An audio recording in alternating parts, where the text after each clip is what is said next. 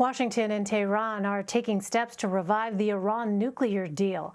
On Tuesday, officials from 5 other countries that are still part of that accord met in Vienna, with the diplomats acting as intermediaries. The U.S. and Iran agreed to work toward getting back into compliance with rules set under the 2015 agreement. For the U.S., that means lifting harsh economic sanctions imposed on Iran by the Trump administration. Meanwhile, Iran would need to get back into compliance with limits on its nuclear capabilities. Former President Trump pulled the U.S. out of the agreement back in 2018.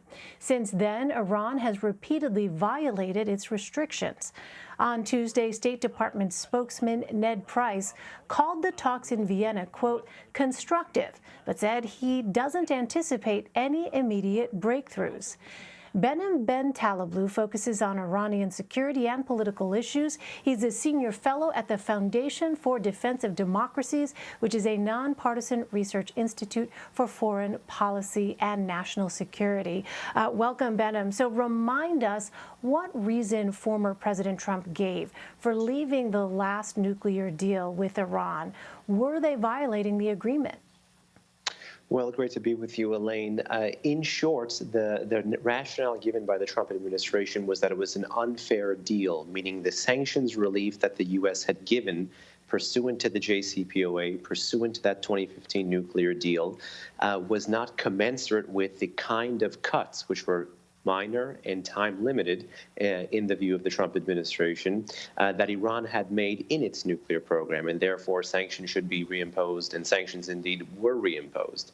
When it comes to Iranian violations, we now know of violations of nuclear agreements more important than the NPT, such as Iran's Comprehensive Safeguards Agreement and Non-Proliferation Treaty obligations that Iran was in violation of prior to the U.S.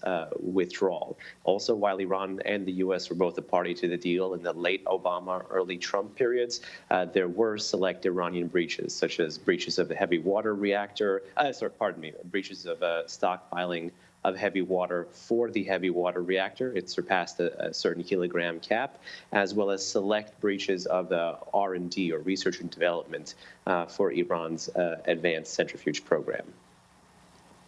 Well, Iran rebuffed direct talks with U.S. officials, so Tuesday's talks were indirect. What exactly does that mean, and what are they hoping to achieve? Well, you know this phrase, shuttle diplomacy. I think what we've seen in Vienna now is shuffle diplomacy, where Europeans and other adherents of the deal have to shuffle back and forth between the locations where the Iranians were and the Americans were. And this is really much in line with how the Europeans see themselves. They think they are the adults in the room when it comes to the JCPOA, and they've put forward, to this degree, a plan to try to bring back the Iranians and the Americans. I think it's obviously way, way, way too soon to tell, but there's been a diminishment about America's expectations of this process, while a kind of resoluteness about Iran's expectations. And Iran wants wholesale American sanctions relief, and America has seemingly abandoned its talking points of a larger and stronger agreement, simply in return for a resurrection, you could say, of this nuclear deal, of the JCPOA.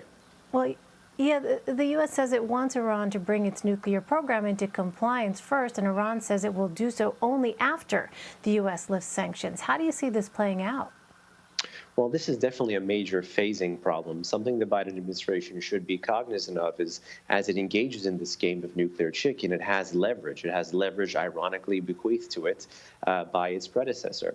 And in this sense, the longer those U.S. sanctions remain not just on the books, but enforced against the whole web of entities engaging in procurement, production, and proliferation activity, basically illicit activity that can generate revenue for the Islamic Republic, the more likely you are to get Iran to budge sooner.